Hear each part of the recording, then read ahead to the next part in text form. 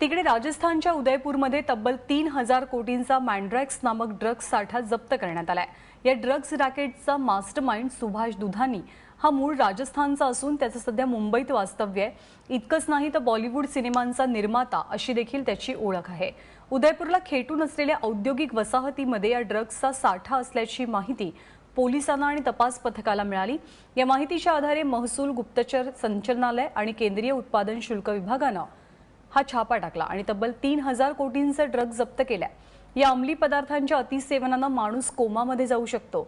Africa आणि आशिया खंडात या ड्रग्जला मोठी मागणी आहे। या अंमली पदार्थाला मेंड्रेक्स, एम्पिल्स, बटन्स किंवा स्मार्टीज असं देखील नाव आहे। या ड्रग्जच्या एका छोट्या गोळीची किंमत 8000 रुपयांच्या घरात आहे आणि धूम्रपान करताना या ड्रग्जचा वापर केला जातो।